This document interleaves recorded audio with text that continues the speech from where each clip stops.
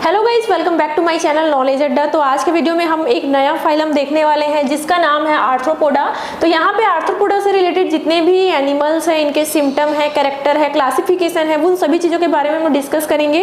Video के and तक बने रहिएगा। आप लोगों को हैंड रिटन नोट्स मिल जाएंगे जिसका आप लोग इजिली स्क्रीनशॉट ले सकते हो। ये हमारा लायन बैच है, BSc जूलॉजी फर्स्ट ईयर के किसी भी टॉपिक को लायन बैच या फिर नॉलेज अड्डा के नाम से सर्च करोगे तो आप लोगों को यूट्यूब पर मिल जाएंगे। इसके अलावा बहुत सारे लिंक, चैनल का लिंक भी आपको नीचे डिस्क्रिप्शन बॉक्स में मिल जाएगा या फिर आप मेरे चैनल के प्लेलिस्ट में भी चेक कर सकते हो। तो चलिए स्टार्ट करते हैं हम लोग फाइलम आर्थ्रोपोडा के बारे में। लास्ट टाइम हम लोगों ने फाइलम एनेलिडा कंप्लीट किया है, तो एनेलिडा फाइलम से बहुत अलग है आर्थ्रोपोडा। तो चलिए देखते हैं।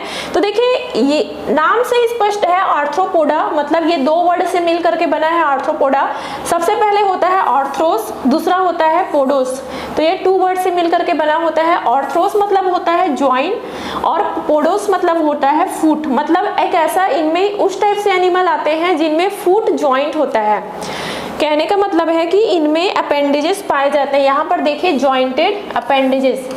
तो लास्ट टाइम जब मैंने आप लोगों को एनेलिडा फाइलम के बारे में बताया था तो उसमें ऐसा कोई फूट वगैरह उनमें प्रेजेंट नहीं होते थे, उनमें सीटी पाए जाते थे। बट इसमें जो आर्थ्रोपोडा के जो भी एनिमल होंगे उनमें जॉइंटेड अपेंडेजेस पाए जाते हैं। यहाँ पे मैंने रफली डायग्राम बनाया हुआ है, जस्ट यहाँ पे एग्जाम्पल के लिए मैंने कॉकरोच लिया हुआ है जो कि फाइलम आर्थ्रोपोडा के अंतर्गत आते हैं। और यहाँ पे बहुत सारे एनिमल देख सकते हो जैसे कि मॉस्किटो, क्रैब, अमेरिकन लॉबस्टर या फिर बिच्छू और बहुत सारे ऐसे एनिमल हैं जो कि आर्थ्रोपोडा के अंतर्गत आते हैं। इस पूरे टॉपिक पर हम लोग डिटेल में डिस्कस करेंगे। तो आप यहाँ पे देख सकते हो इनमें कुछ इस प्रकार से जॉइंटेड अपेंडेजेस पाए जाते हैं, या फिर ये कहिए कि इनमें फुट, मतलब इनमें जो लेग होता है वो क्या होता है, जॉइंट होता है ना। तो इस टाइप के जो एनिमल होते हैं वो आर्थ्रोपोडा के अंतर्गत आते हैं। और एक चीज और बता दूं गाइस कि जो हमारा फाइलम आर्थ्रोपोडा है वो सबसे बड़ा किंगडम है। मतलब इसमें 8.5 लाख से भी अधिक जातियां आती है। 8.5 लाख से भी अधिक जातियां, बहुत सारे एनिमल आर्थ्रोपोडा के अंतर्गत रखे गए हैं। जितने भी छोटे छोटे इंसेक्ट हैं, कीड़े हैं, मकोड़े हैं, वो सभी आर्थ्रोपोडा के अंतर्गत आते हैं। खैर, आप जब मैं आगे टॉपिक बताते जाऊंगी तो बहुत सारे एनिमल का एग्जाम्पल, डायग्राम हम लोग देखते जाएंगे जिससे आपको इस फाइलम के बारे में काफी अच्छा नॉलेज मिलेगा। ठीक है। एक चीज और, इनमें क्वालिटी होती है एक्सटर्नल स्केलेटल, मतलब बाह्य कंकाल। अगर हम अपने शरीर की बात करें तो हमें इंटरनल स्केलेटन पाए जाते हैं। मतलब हमारा जो स्केलेटल सिस्टम है, मतलब जो भी हड्डियां हैं वो शरीर के अंदर पाई जाती हैं, लेकिन इनमें बाह्य कंकाल पाया जाता है। पूछे कैसे? इनके अगर हम लोग शरीर के ऊपरी हिस्से को देखें तो कुछ इस ये वाले हिस्से में इनका बाह्य कंकाल, एक्सटर्नल स्केलेटल पाए जाते हैं। खैर, जब मैं इसके स्केलेटरी सिस्टम के बारे में बताऊंगी, स्केलेटल सिस्टम के बारे में बताऊंगी तो आप लोगों को और अच्छे से क्लियर होगा। बट इसका एक काफी अच्छा सिम्टम है कि इनमें बाह्य कंकाल पाया जाता है। ठीक है। तो ये है आर्थ्रोपोडा। आर्थ्रोपोडा के बारे में चलिए मैं और भी इनके सिम्टम बताती हूँ, इनके जो भी लक्षण है वो हम लोग देख लेते हैं कि इनमें और कौन कौन से एनिमल पाए जाते हैं। तो ये इंट्रोडक्शन में हमारा आ गया फाइलम आर्थ्रोपोडा। ठीक है। तो बात कर लेते हैं हम लोग इसकी जनरल कैरेक्टर की। तो देखिए, सबसे पहला जनरल कैरेक्टर हम लोग देखते हैं हैबिटेट, आवास के बारे में।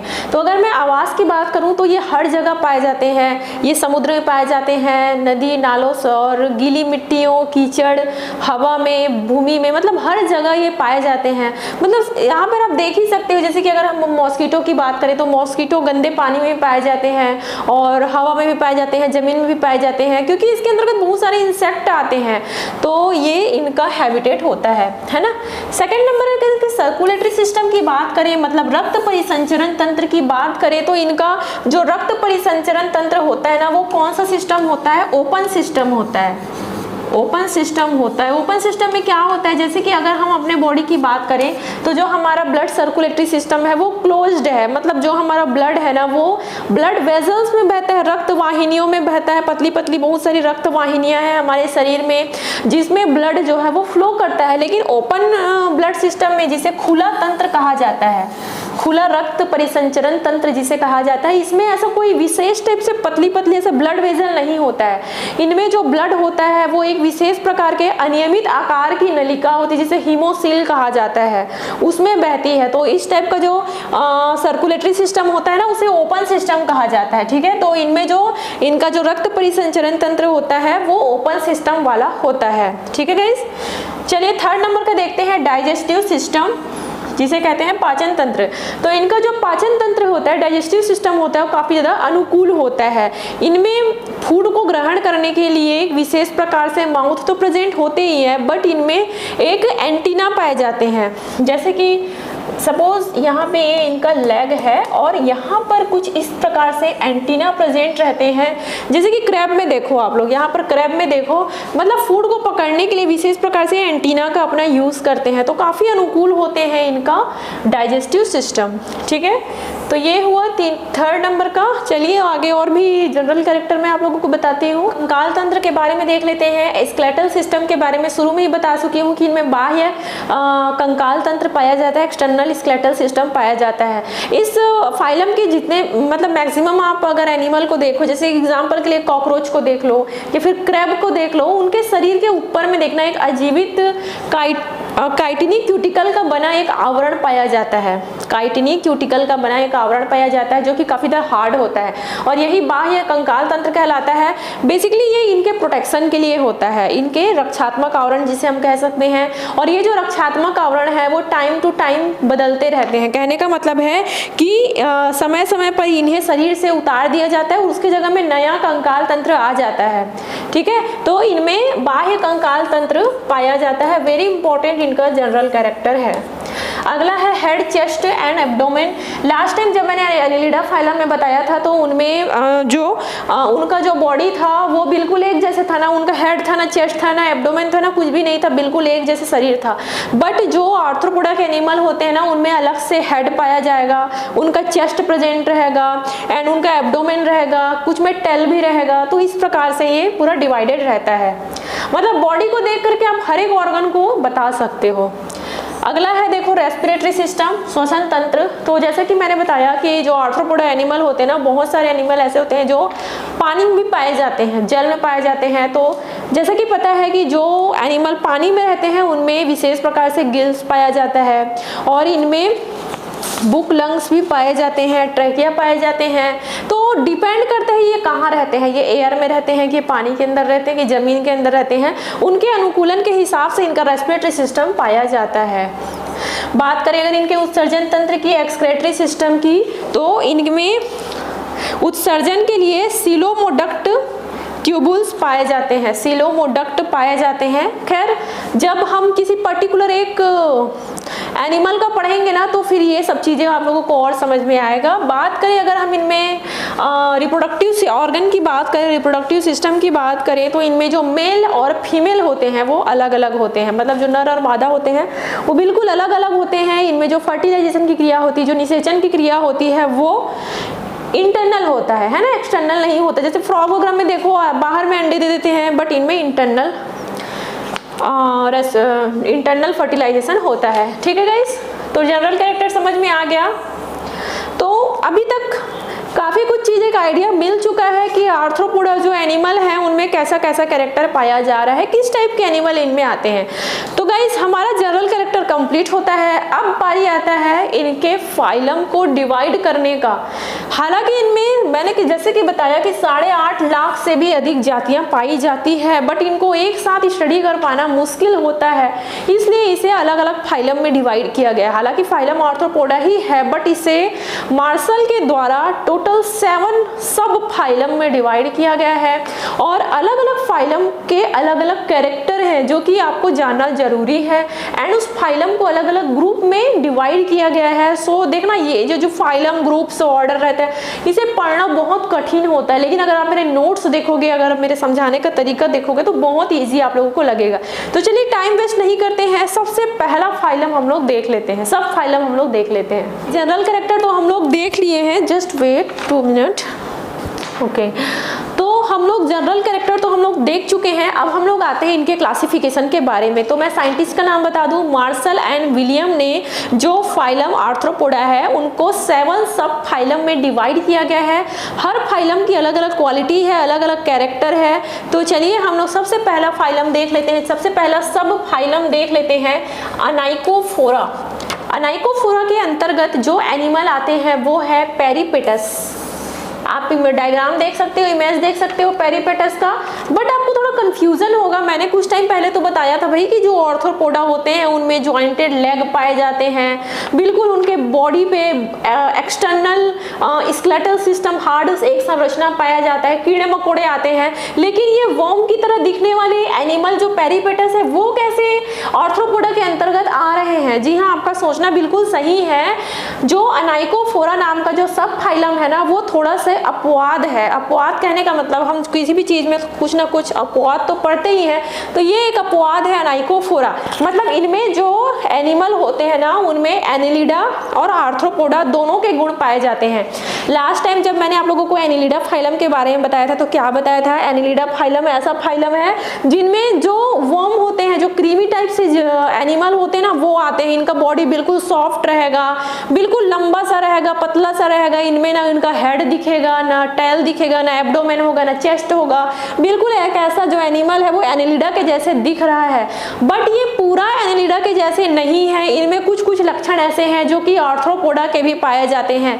तो हम ये कह सकते हैं कि जो पेरिपेटस होते हैं वो एक ऐसा एनिमल है जिनमें आर्थ्रोपोडा और एनिलिडा दोनों के लक्षण पाए जाते हैं। इस वजह से इसे अनाइकोफोरा सब फाइलम में रखा गया है। समझ में आया आप लोगों को? तो चलिए इनका जनरल कैरेक्टर हम लोग देख लेते हैं। जैसे कि मैंने एनिलिडा फाइलम में बताया था कि इस टाइप से जो एनिमल होते हैं ना, उनके बॉडी में सेगमेंट्स पाए जाते हैं। याद है आप लोगों को? सेगमेंट मतलब जो इनका बॉडी होता है अलग अलग छोटे छोटे हिस्सों में डिवाइड रहता है। इनमें भी सेगमेंट पाए जाते हैं, लेकिन स्पष्ट सेगमेंट आप लोगों को नहीं दिखाई देगा। मतलब आप यहाँ पर डायग्राम में भी देख सकते हो, कोई ऐसा विशेष सेगमेंट नहीं दिख रहा है ना। हालांकि सेगमेंट है इसमें, लेकिन हम खुली आंखों से उस सेगमेंट को नहीं देख सकते। पहला इसमें कैरेक्टर तो ये है। दूसरा कैरेक्टर ये है कि इनमें एक्सटर्नल स्केलेटल सिस्टम का अभाव होता है ना। इनमें बाह्य कंकाल तंत्र नहीं पाया जाता है। आप कॉकरोच को उठाकर देख लो, क्रैब को उठा करके देख लो, उनमें बिल्कुल बाह्य कंकाल तंत्र पाया जाएगा, बट इसमें नहीं पाया जाता है, इनमें अभाव होता है। थर्ड चीज ये है कि इनमें जॉइंटेड अपेंडेजेस नहीं पाए जाते हैं। मतलब जो जॉइंटेड लेग होते हैं, जैसे कि मैंने कॉकरोच में बताया था, ऐसा जॉइंटेड लेग पाए जाते हैं ना। तो इनमें ऐसा कोई लेग दिख रहा है आपको? नहीं, लेग दिख रहा है, बट ये क्या है, इनके जो लेग है उनको क्या कहा जाता है? क्लॉ स्टम्पी लेग कहा जाता है। क्लॉ का मतलब होता है ऑंकस, उन्हीं के नाम पे अनाइकोफोरा नाम पड़ा गया है। मतलब इनके जो लेग होते हैं ना, बिल्कुल पंजे के समान, पंजे के समान होते हैं। जैसे कि दिख रहा होगा आप लोगों को, कुछ ऐसा होता है। तो ये क्लॉ स्टम्पी लेग होता है। मतलब क्या बोलते हैं, जस्ट वेट, हाँ यही बोलते हैं, क्लॉ स्टम्पी लेग इनमें पाया जाता है। ठीक है गाइस, इनका बॉडी थोड़ा सॉफ्ट होता है। बाकी अगर हम आर्थ्रोपोडा को देखें तो इनका बॉडी हार्ड होता है, लेकिन इनका बॉडी काफ़ी सॉफ्ट होता है। इनमें आइस पाए जाते हैं, इनमें एंटीना पाए जाते हैं। उनके हेड के पास देखो कुछ इस तरीके से एंटीनी पाए जाते हैं, जो कि फूड को ग्रहण करने वगैरह में काफ़ी ज़्यादा हेल्प करते हैं। ठीक है गाइस, तो ये है। बाकी जो भी इनके जनरल कैरेक्टर है नोट्स में मैं लिख दी हूँ, तो आप लोग देख लेना। तो पहला सब फाइलम ये हुआ। समझ में आया आप लोगों को पेरिपेटस के बारे में? याद रखना एनिलिडा और आर्थ्रोपोडा दोनों का क्वालिटी इसमें पाया जाता है। तो चलिए सेकंड नंबर का सब फाइलम हम लोग देख लेते हैं।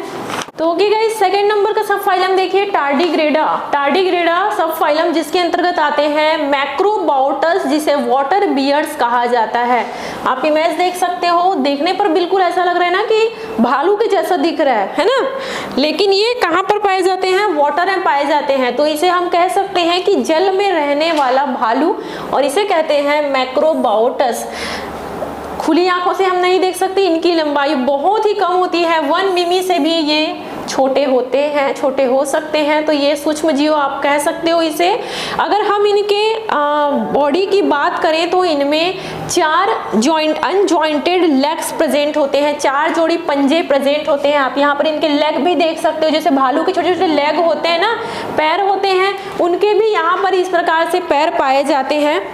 सिर के ऊपर नेत्र पाए जाते हैं, इनमें आइस प्रेजेंट होते हैं। और सकिंग के लिए, मतलब किसी चीज को सक करना है उसके लिए शरीर में कुछ इस तरीके से पाए जाते हैं। जिसे क्या कहा जाता है, सकिंग प्रोबोसिस कहा जाता है। इनका जो पाचन तंत्र होता है वो काफ़ी इनका जो एलिमेंट्री कनाल होता है वो ट्यूबुलर होता है। ठीक है गाइस, इनका एलिमेंट्री कनाल ट्यूबुलर होता है। और ये नर और मादा मतलब जो मेल और फीमेल है वो बिल्कुल अलग अलग होते हैं, बट जो फीमेल की संख्या होती है ना वो काफ़ी ज़्यादा होती है। इस जो एनिमल है, जो वाटर बियर होते हैं, उनमें मेल कम होते हैं और फीमेल काफ़ी ज़्यादा होते हैं। ठीक है, तो ये है हमारा सब फाइलम टार्डीग्रेडा। काफ़ी सारे कैरेक्टर मैंने इसमें लिखा हुआ है। ठीक है गाइस, चलिए ये तो समझ में आ गया। थर्ड नंबर का सब फाइलम हम लोग देख लेते हैं। थर्ड नंबर का सब फाइलम हेडिंग डाल लीजिए पेंटास्टोमिडा। तो पेंटास्टोमिडा का आप लोग डायग्राम देख सकते हो, जिसमें एक ऐसा एनिमल आता है जिसे टंग वर्म कहा जाता है। आप यहाँ पर इमेज देख सकते हो और इसका नाम होता है लिंगू एटुला। और आप यहाँ पे इमेज देख सकते हो, इसका दूसरा नाम होता है टंग वर्म। ठीक है, तो इनके अगर मैं क्वालिटी की बात करूं तो इनमें ब्लड सकिंग पाए जाते हैं, मतलब ब्लड को ये सक करते हैं। ये इनका होस्ट होता है, पर्टिकुलर किसी होस्ट के ऊपर बैठ करके उनके रक्त को चूसने का काम करते हैं, जैसे कि पक्षी हो गए या फिर सांप हो गए या फिर बहुत सारे स्तनी मैमल्स हो गए। उनके शरीर में बैठ करके ये ब्लड को सक करने का काम करते हैं। और जो पेंटास्टोमिडा है उनके अंतर्गत कुछ इस टाइप के जीव आते हैं जो कि टंग वर्म कहलाते हैं, है ना। लंबाई काफ़ी लंबी होती है, 2 से 14 सेंटीमीटर तक ये लंबे हो सकते हैं। ठीक है, लंबे होते हैं, वर्मीफॉर्म होते हैं, चपटे होते हैं। और अगर हम इनमें मेल और फीमेल की बात करें तो ये नर और मादा बिल्कुल अलग अलग होते हैं, लेकिन जो फीमेल होती है वो मेल से हमेशा बड़ी होती है। मतलब अगर हम फीमेल टंग वर्म की बात करें ना तो उनका जो लेंथ होता है वो ज़्यादा होता है। इनके शरीर पर मोटे काइटिनस क्यूटिकल का आवरण पाया जाता है, जो कि आर्थ्रोपोडा फाइलम का एक महत्वपूर्ण उदाहरण है। ठीक है, और इनमें हेड चेस्ट एब्डोमेन में विभाजित नहीं रहता। इनका बॉडी हेड चेस्ट एब्डोमेन में विभाजित नहीं रहता, बिल्कुल सीधा एनिलिडा की तरह ये एनिमल दिखाई पड़ते हैं, है ना। तो और भी कैरेक्टर है जो कि मैंने अपने नोट्स में इंक्लूड किया हुआ है। तो थर्ड नंबर का हमारा सब फाइलम है पेंटास्टोमिडा। तो चलिए जल्दी से हम लोग चौथे नंबर का सब फाइलम देख लेते हैं। तो चलिए इस फोर्थ नंबर का सब फाइलम देख लीजिए, ट्राइलोबाइटोमार्फा। तो इनमें एक विशेष टाइप का एनिमल आता है जिसे कहा जाता है ट्राइअर्थस। यहाँ पर आप डायग्राम देख सकते हो ट्राइअर्थस का। बात करें अगर हम इनकी बॉडी की तो इनमें काफ़ी सारे सेगमेंट्स पाए जाते हैं। आप देख सकते हो कुछ इस तरीके से अलग अलग इनका जो बॉडी रहता है वो अलग अलग सेगमेंट्स में डिवाइड रहता है। और प्रत्येक सेगमेंट्स में इनमें पाए जाते हैं बाइमेरस अपेंडेजेस। आप यहाँ पे देख सकते हो प्रत्येक सेगमेंट में मोशन के लिए, मतलब चलने के लिए इनमें बाइमेरस अपेंडेजेस पाए जाते हैं, है ना। और इनका जो बॉडी होता है वो 3 लोब्स में डिवाइड रहता है। तो कुछ इस टाइप का जो एनिमल आता है वो ट्राइलोबाइटोमार्फा नाम के सब फाइलम के अंतर्गत आते हैं। तो टोटल हमको 7 सब फाइलम पढ़ना है, जिसमें 4 हम लोग ऑलरेडी देख चुके हैं। तो चलिए 5th नंबर का हम लोग देख लेते हैं। तो चलिए इस नेक्स्ट फाइलम देखिए, नेक्स्ट सब फाइलम देखिए चेलिसरेटा। तो यहाँ पर आप डायग्राम देख सकते हो स्क्रीन पर। तो इनमें जैसे कि स्कॉर्पियन हो गया, बिच्छू और किंग क्रैब हो गया, तो कुछ इस प्रकार से दिखने वाले जो एनिमल होते हैं ना वो चेलिसरेटा फाइलम सब फाइलम के अंतर्गत आते हैं। और जो चेलिसरेटा सब फाइलम है उनको अगेन 2 ग्रुप में बांटा गया है। पहला मिरोस्टोमेटा, दूसरा होता है एरेक्निडा, है ना। तो इनके अंतर्गत ये सारे एनिमल जो है वो आते हैं।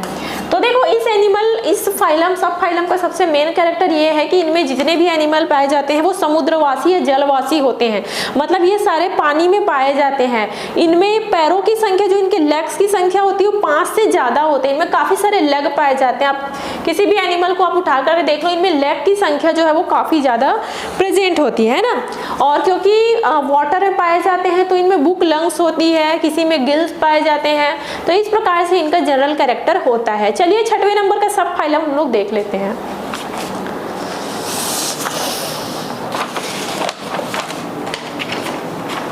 तो चलिए इस 6वें नंबर का सब फाइलम देख लीजिए पिक्टोगोनिडा में आप पिक्नोगोनिडा यहाँ पर देख सकते हो कुछ समुद्री स्पाइडर जिसे हम कहते हैं। और इनमें काफ़ी सारे लेग पाए जाते हैं, है ना। चलने के लिए देखिए कुछ इस तरीके से रहते हैं। और इनमें काफ़ी लंबे लंबे क्या होते हैं, लेग पाए जाते हैं। समुद्री स्पाइडर इन्हें कहा जाता है। तो यहाँ पर आप इमेज में जितने भी डायग्राम देख रहे हो ना, तो ये इस टाइप के जो एनिमल होते हैं बिल्कुल मकड़ी की तरह दिखते हैं। वो मकड़ी की तरह दिखते हैं हैं समुद्री स्पाइडर कहलाते हैं, आर्थ्रोपोड्स होते हैं, है ना। और इनमें श्वसन और उत्सर्जी अंगों का क्या होता है, अभाव होता है, जो कि पिक्नोगोनिडा सब फाइलम के अंतर्गत आते हैं। चलिए लास्ट सब फाइलम हम लोग देख लेते हैं। सो एवरीवन, यहाँ पर आप लास्ट सब फाइलम देख सकते हो जिसे कहा जाता है मैंडिबुलेटा। और इस सब फाइलम को टोटल 6 ग्रुप में डिवाइड किए गए हैं। और इन 6 ग्रुप में आप देख सकते हो कुछ इस तरीके के एनिमल्स आते हैं। और यहाँ पर आप देख सकते हो काफ़ी सारे इंसेक्ट जैसे कि बटरफ्लाइज वगैरह हो गया, तितली, कॉकरोच नहीं, जो ग्रीन ग्रास ऊपर वगैरह देखते हो ना, वो सारे मिट्टी में, मैक्सिमम हवा में, मिट्टी में इस टाइप से इन फाइलम के अंतर्गत जो भी प्राणी होते हैं वो प्रेजेंट होते हैं। तो ये सारे पाए जाते हैं। सो इसके बाद ये हमारा लास्ट था। और अब जो भी बातें हैं, जो भी ग्रुप्स वगैरह और है, वो मैंने अपने नोट्स में इंक्लूड किया हुआ है गाइस। सो प्लीज़ आप लोग नोट्स का स्क्रीनशॉट ले लो। और काफ़ी लेंदी टॉपिक हो गया ये हमारा, तो इसलिए लास्ट सब फाइलम को मैं जल्दी बताई हूँ। तो आप लोग जल्दी जल्दी से स्क्रीनशॉट ले लो नोट्स का, बहुत ईजी है। अगर आप लोग किसी एक सब फाइलम का कैरेक्टर समझ जाते हो, डायग्राम स्क्रीनशॉट ले लेना, ताकि पता चले कौन सा एनिमल कैसे दिखता है, तो उससे आपको कैरेक्टर लिखने में ज़्यादा आसानी होता है। तो आर्थ्रोपोडा ये हमारा कंप्लीट होता है। अब आर्थ्रोपोडा के अंतर्गत जितने भी एनिमल हैं, 2-3 जो इंपॉर्टेंट, जैसे कि प्रॉन वगैरह हो गए, कॉकरोच वगैरह, झींगा वगैरह, ये सबको हम थोड़ा सा डिटेल में समझेंगे।